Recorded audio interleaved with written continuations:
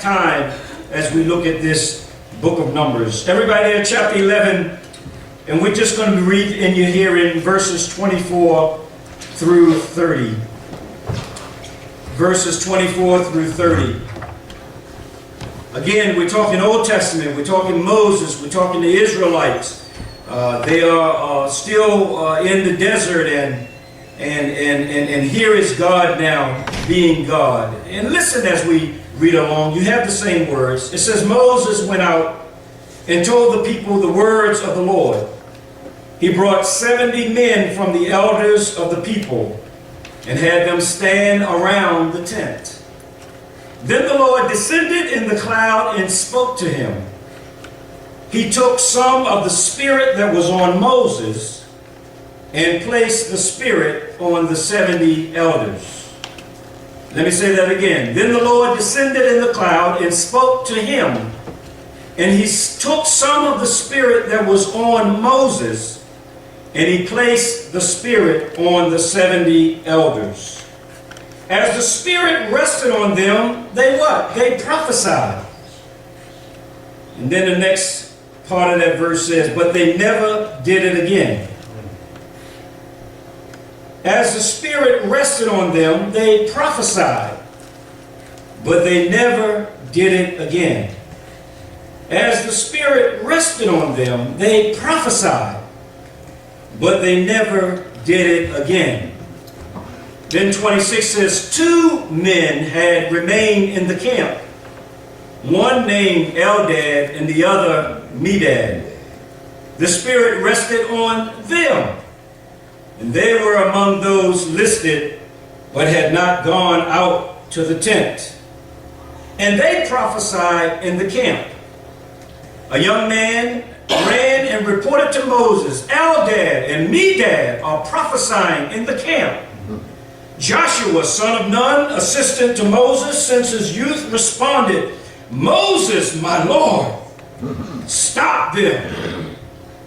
But Moses asked him, are you jealous on my account? If only all the Lord's people were prophets, and the Lord would place his spirit on them. Then Moses returned to the camp, along with the elders of Israel. Let me just read a little bit from verse, beginning at 26 again. 2 men had remained in the camp, one named Eldad, the other Medad. The Spirit rested on them. They were among those listed, but they had not gone out to the tent. And they prophesied in the camp. A young man ran to Moses and reported it, saying, Eldad and Medad are prophesying in the camp. And Joshua, the son of Nun, assistant to Moses, since his youth, responded, Moses, my Lord, stop them. But Moses asked him, are you jealous on my account? If only all the Lord's people were prophets, and the Lord would place his spirit on them. Church, this is the word of the Lord. Let us respond with song.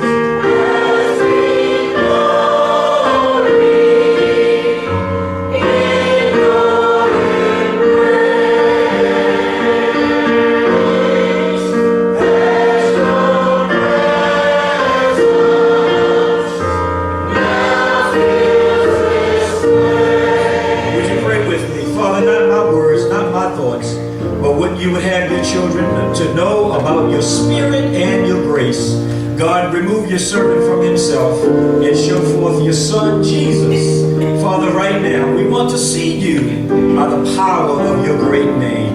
Open our ears and help us to listen. Open our eyes, we want to see Jesus.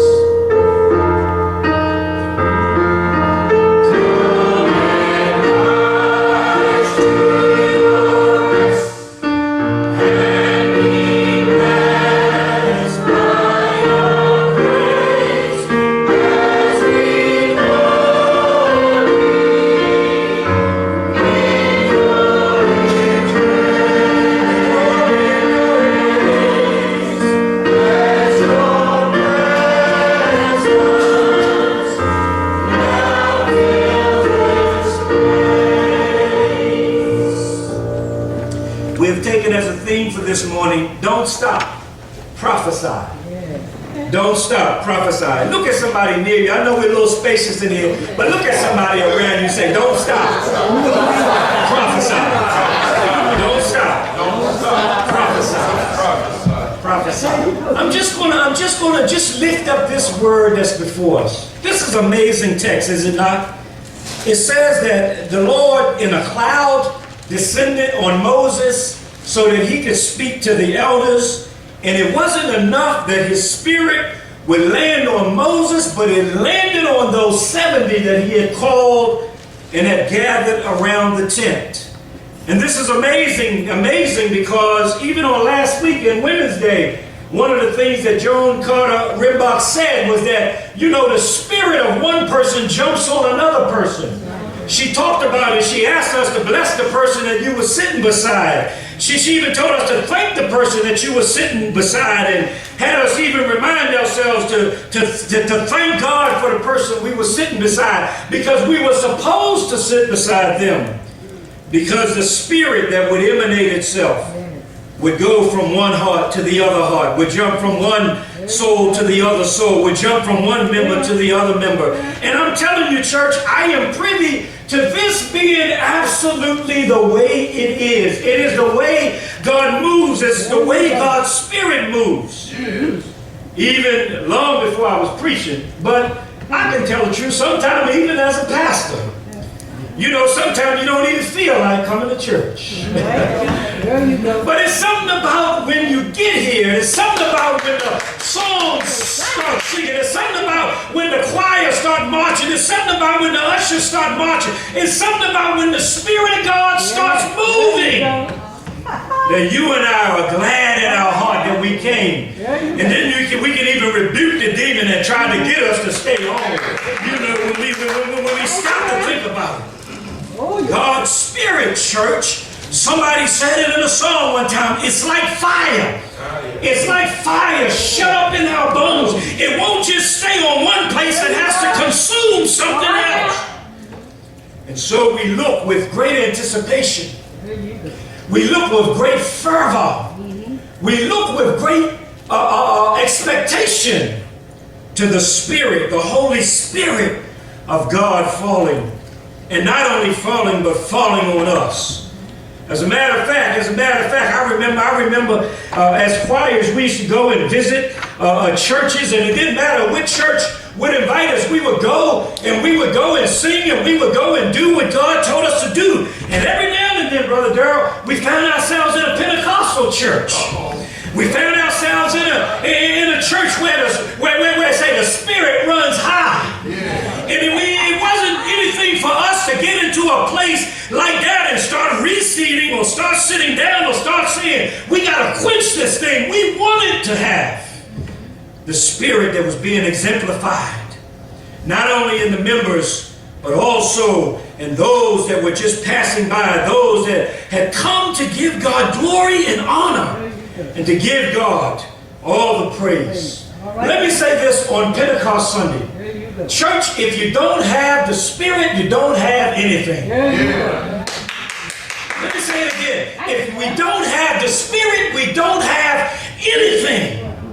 The Spirit is what makes us. The Spirit is what molds us. The Spirit is what governs us. The Spirit is what guides us. And the Spirit, church, is what even causes us to understand the things that we say we understand or try to understand, or even try to preach and preach with some understanding.